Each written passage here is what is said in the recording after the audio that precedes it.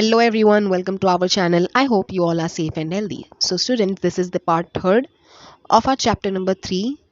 तो इस पार्ट में हम पढ़ने वाले हैं पॉवर्टी एंड डेवलपमेंट. पॉवर्टी और डेवलपमेंट के बारे में हम इस सेक्शन में पढ़ेंगे. So what is poverty, how it is related to development, यानी गरीबी क्या है, गरीबी डेवलपमेंट से कैसे रिलेटेड है, क्या क्या वेरियस पर्सपेक्टिव ऑफ और अप्रोचेस हैं जो हमें मदद करेंगे ये समझाने में कि डेवलपमेंट और पॉवर्टी के बीच में क्या रिलेशनशिप है. So these are some of the issues that this section deals with. So आइए स्टार्ट करते हैं. Traditional perception of poverty would focus on the lack of food, water, shelter, clothing, sanitation, etc.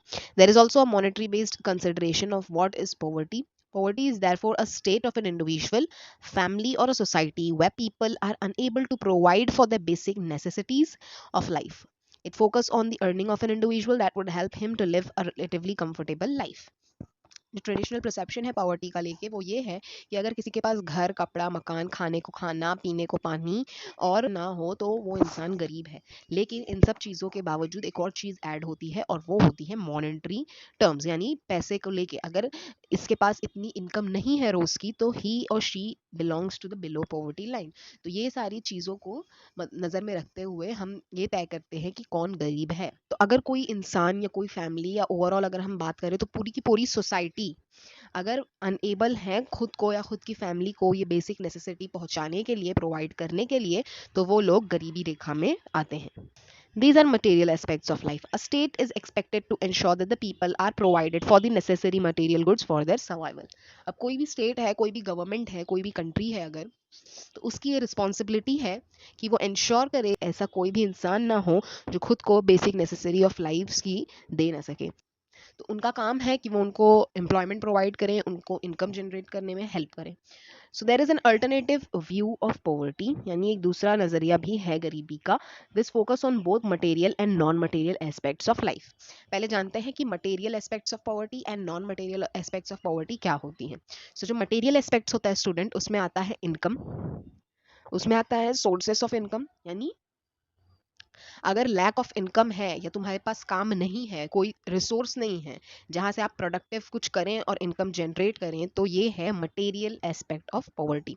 Where as non material aspects of poverty में आता है जैसे कि भेदभाव, discrimination, social discrimination, elimination from various places. So ये सारी चीज़ें जो हैं, बिहेवियरल जो चीज़ें हैं, वो आती है non material aspects of poverty के अंदर. सो यहाँ पे बता रहा है जो दूसरा नज़रिया है पॉवर्टी का, वो मटेरियल और नॉन मटेरियल एस्पेक्ट्स को नज़र में रखते हुए देखते हैं कि कौन गरीब है कौन नहीं. So here the focus is on human wellbeing, sustainable society in social, economic, political terms.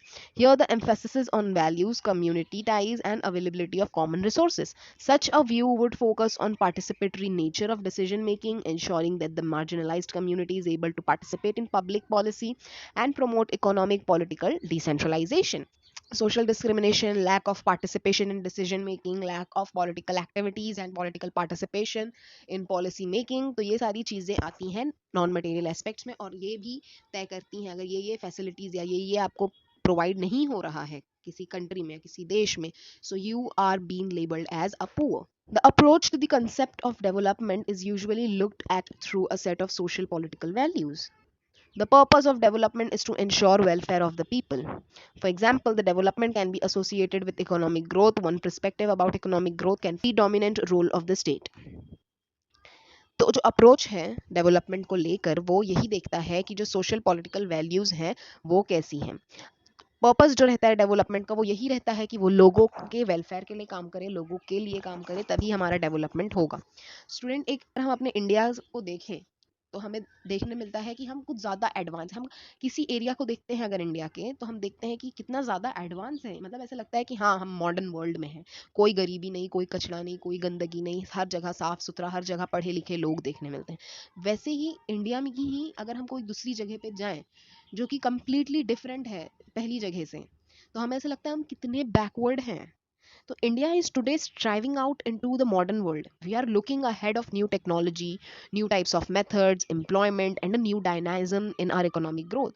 But while we look ahead, we must not forget the millions who are still below the poverty line. हम आगे तो देख रहे हैं लेकिन हम पीछे जो रह गए हैं, हम उनकी कोई परवाही नहीं कर रहे हैं, हम तो उन्हें पीछे छोड़ चुके हैं. तो हमें पीछे छोड़ के आगे नहीं जाना है। जैसे अगर 10% ऑफ द पॉपुलेशन डेवलप है और 90% ऑफ द पॉपुलेशन वही पीछे रह गई है, अगर अंडर डेवलप्ड है या गरीबी में है या इलिटरेट है, तो हमारी कंट्री तो डेवलप नहीं कहलाएगी ना, क्योंकि हमारा जो मेजर चंक है वो तो अभी भी वही हाल में, बैकवर्ड हाल में। तो हमें सबको लेके चलना है। When we look at the development, our attention be diverted from what is still a major block in India, the poor, the deprived groups. Everything we do must be targeted in a manner that the benefit will flow to the weak, the deprived and the depressed.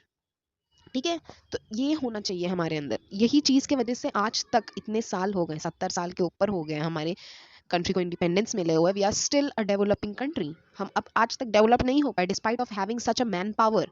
इतनी बड़ी population है हमारे पास, इतना बड़ा man power है हमारे पास, फिर भी हम गरीब ही हैं। हम अभी तक उसी लाइन में आते हैं, डेवलपिंग डेवलपिंग डेवलपिंग। तो ये चीज़ को हमें सुधारनी है स्टूडेंट। लेटेस्ट अभी जो वर्ल्ड इन इक्वालिटी की रिपोर्ट आई है 2021 में, आप सब ने पढ़ी होगी, काफ़ी चर्चा में रही है वो रिपोर्ट। क्यों? क्योंकि वहाँ पे इंडिया को most poor and very unequal country का फ्लैग दिया गया है।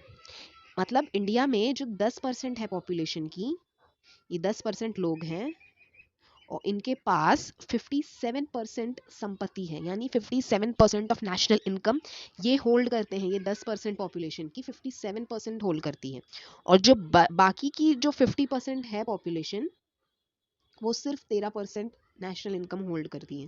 तो कितना अनइक्वल है हम देख सकते हैं। 10% 57% होल्ड कर रहा है, और जो 50% लोग हैं वो 13% होल्ड कर रहे हैं।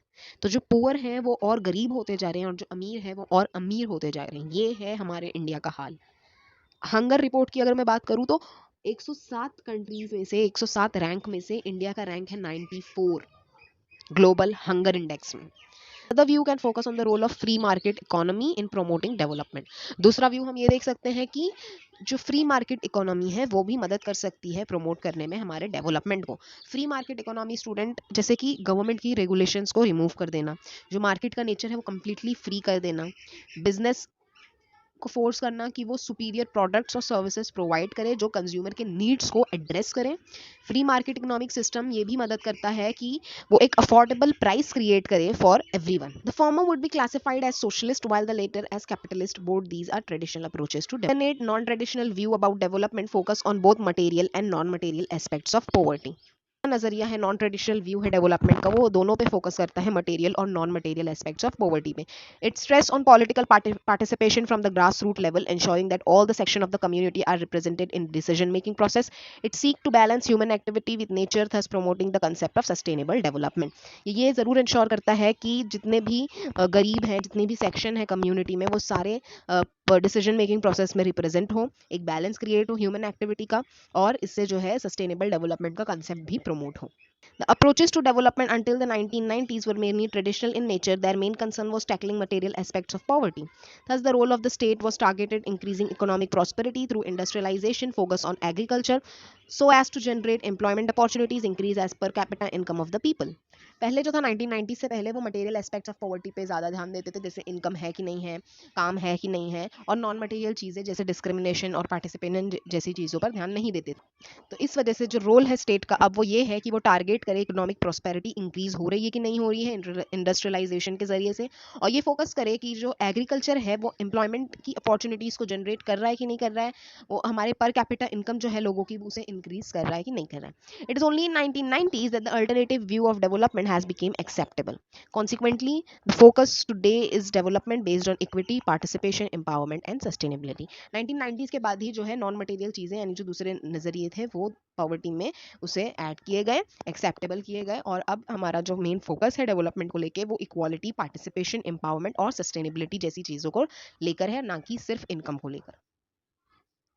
The Economic and Social Council of the United Nations consider poverty as a denial of choices and opportunities and a violation of human dignity.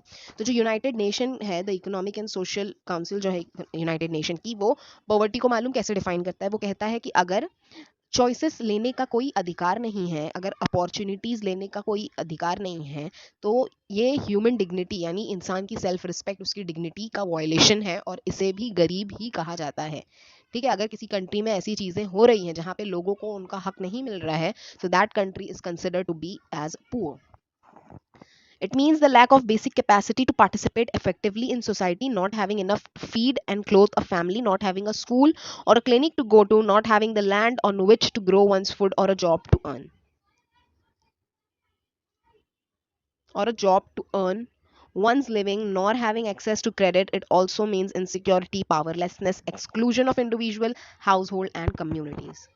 तो इन सब चीज़ों को भी गरीबी में देखा जाता है. इन्हें भी कहेंगे कि हमारी सोसाइटी पुअर है या हमारी कंट्री पुअर है.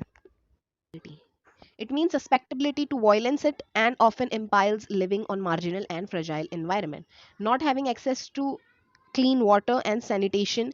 The Economic and Social Council also argues that poverty needs to be addressed through the full involvement of government on all the other development actors in society. यानी अगर पीने को पानी साफ नहीं है, यानी अगर आपकी गवर्नमेंट आपको ये सारी चीज़ों को प्रोवाइड नहीं कर रहा तो आपकी गवर्नमेंट ही पुअर है, आपकी पूरी ओवरऑल कंट्री को पुअर कंसिडर किया जाएगा. इकोनॉमिक और सोशल काउंसिल ने इसी बात पे आर्ग्यू किया कि जो पॉवर्टी है वो इस तरीके से एड्रेस होनी चाहिए कि गवर्नमेंट का पूरा पूरा इन्वॉल्वमेंट होना चाहिए और जो डेवलपमेंट एक्टर्स हैं, जो एनजीओज हैं, जो बड़ी बड़ी पर्सनालिटीज़ हैं, जो ऐसे लोगों के लिए काम करते हैं, उनका इसमें फुल इन्वॉल्वमेंट होना चाहिए. This has to be done as per the national and local circumstances based on the actual assessments of needs of the poor. Democratization and enhanced protection of human rights as a key component of good governance are necessary to eradicate poverty. तो ये सारी चीज़ें अगर होंगी तो good governance होगी, good governance के वजह से ही गरीबी का खात्मा होगा. तो यहाँ पे यही बताया जा रहा है. आई होप स्टूडेंट यहाँ तक आपको क्लियर है, आपको अच्छे से समझा है. हम वीडियो को ज़्यादा लंबी नहीं करेंगे, एक एक चीज़ प्रोसेस हो ताकि आपके माइंड में आपकी अंडरस्टैंडिंग अच्छी हो धीरे धीरे. तो इसके बाद जो हमारा नेक्स्ट पार्ट रहेगा उसमें हम डिस्कस करेंगे पॉवर्टी और डेवलपमेंट को लेके जो जो पॉलिसीज इंडिया में पॉलिटिकल फ्रीडम और इकोनॉमिक को लेके एसोसिएट की गई है, उसको लेके हम ये वाला पॉइंट अपना स्टार्ट करेंगे in the next part which is going to be our part 4th. Stay tuned for the next part, student. See you in the next video. Till then, take care.